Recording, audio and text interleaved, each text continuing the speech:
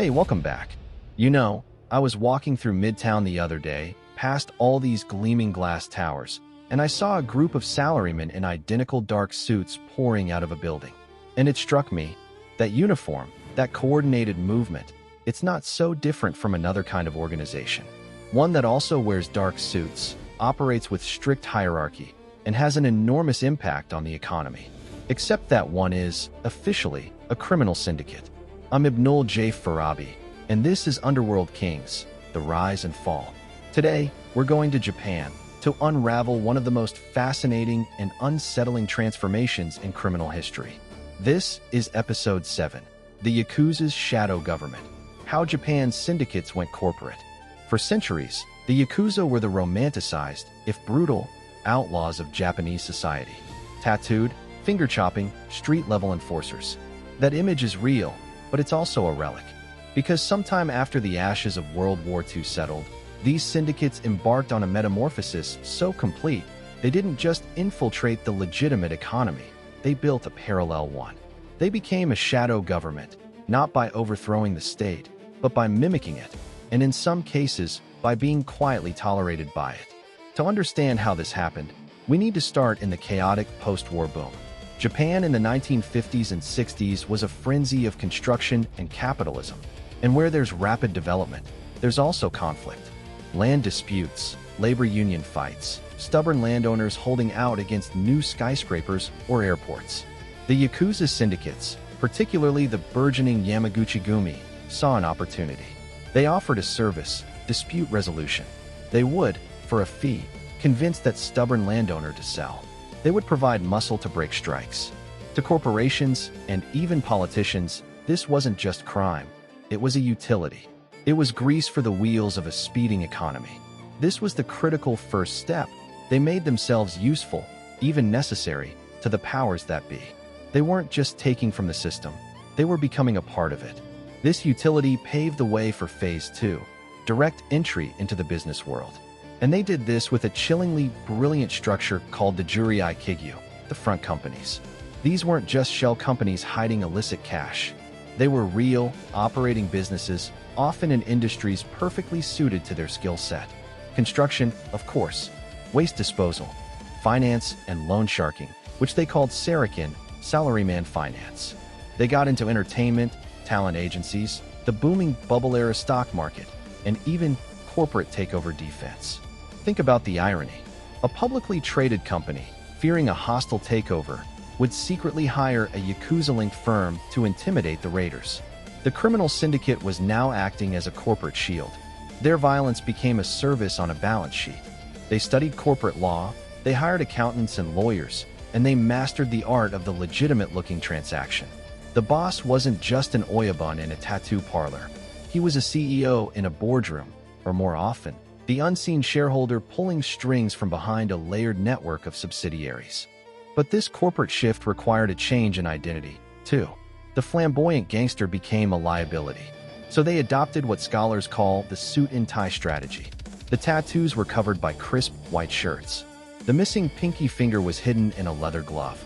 The luxury car was now a sedate black sedan, the same as any government minister's.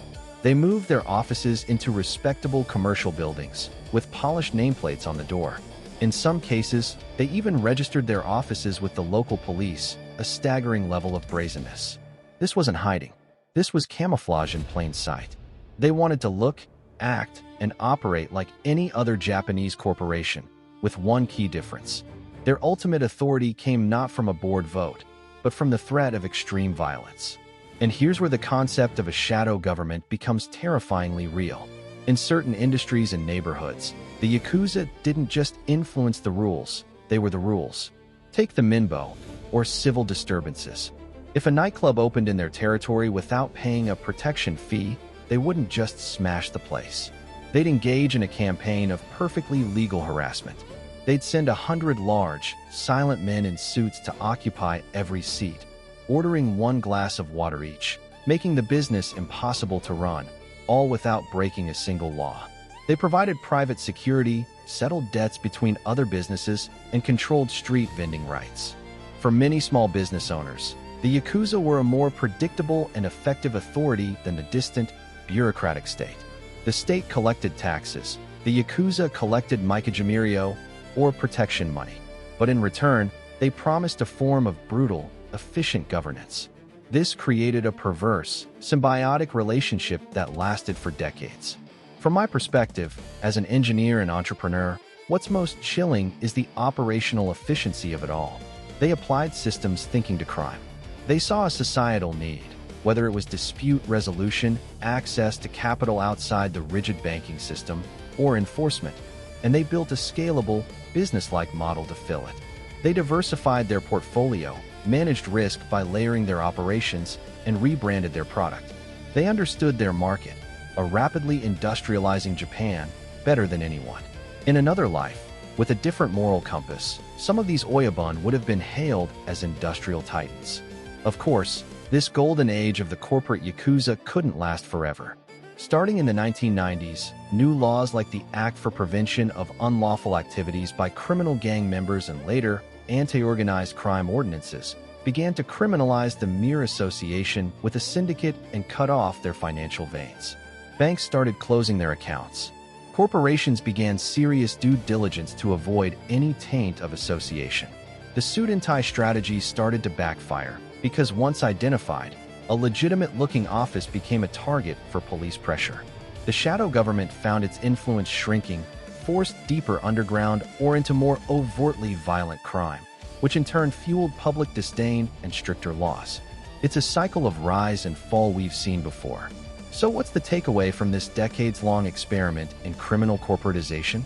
It's that the most powerful criminal organizations aren't the ones that fight the system. It's the ones that learn to wear its clothes, speak its language, and perform its functions. The Yakuza didn't just want to be outlaws. For a time, they wanted to be a parallel pillar of society. And in many ways, they succeeded.